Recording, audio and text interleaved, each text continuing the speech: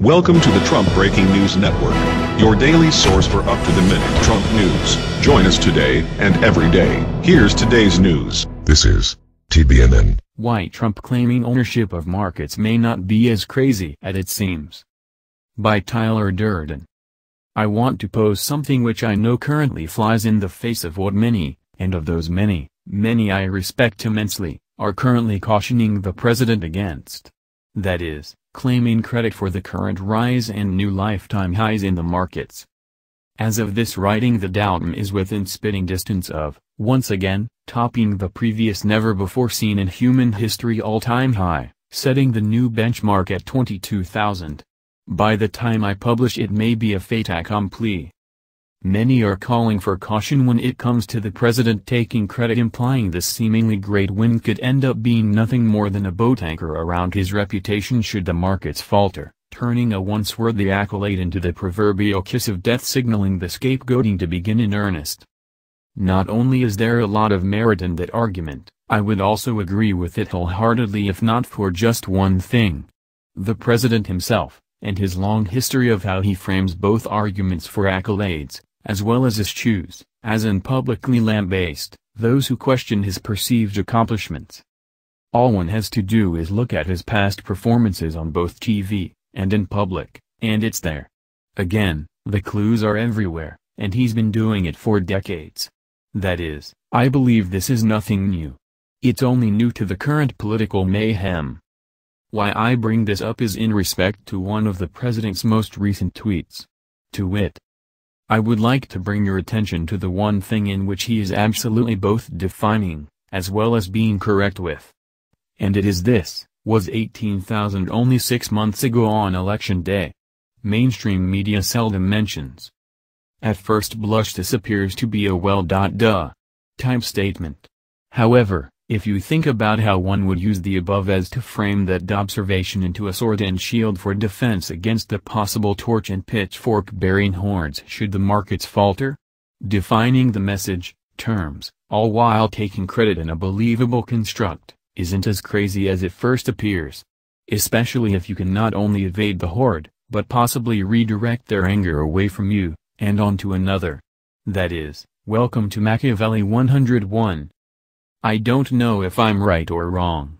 And there's always the chance for overreach, or claiming credit, even if justified, at the wrong time. Only time will tell as the events unfold. As always, we shall see. Or, as the tweets arrive.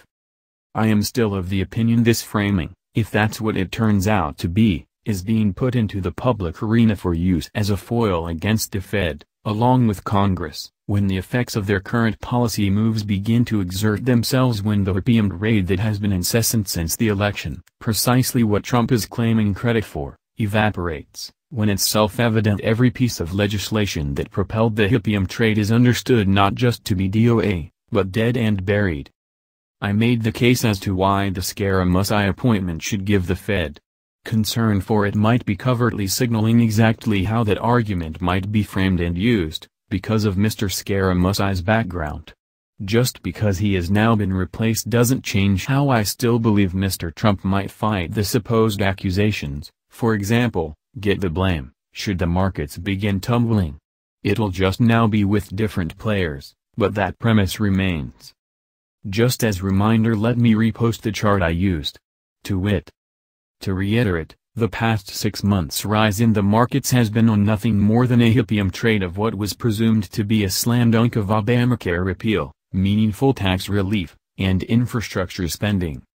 And, for this point needs to be pounded into the discussion, all in direct contrast, and opposition, to the resulting effects that would normally be taking place with the Fed embarking on a tightening schedule, along with balance sheet reduction, into ever-deteriorating data for a supposedly data-dependent body.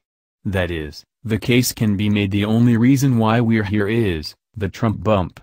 Period. When it comes to that second line in the president's tweet, is he wrong about the media seldom mentions? Hint, think back to all those former record highs represented at the top edge of the highlighted box in the above chart. How many times over those 2 years did the media incessantly state, especially the mainstream media cabal of business, financial news shows, Another record high. Now look at the monocred Trump bump progression. Nearly every week, if not day, and the reaction?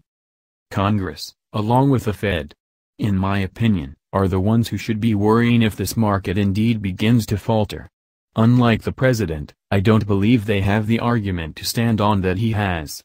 I also believe many are unwittingly claiming credit for stopping things which have far more potential to blow up in their own faces than they are calculating.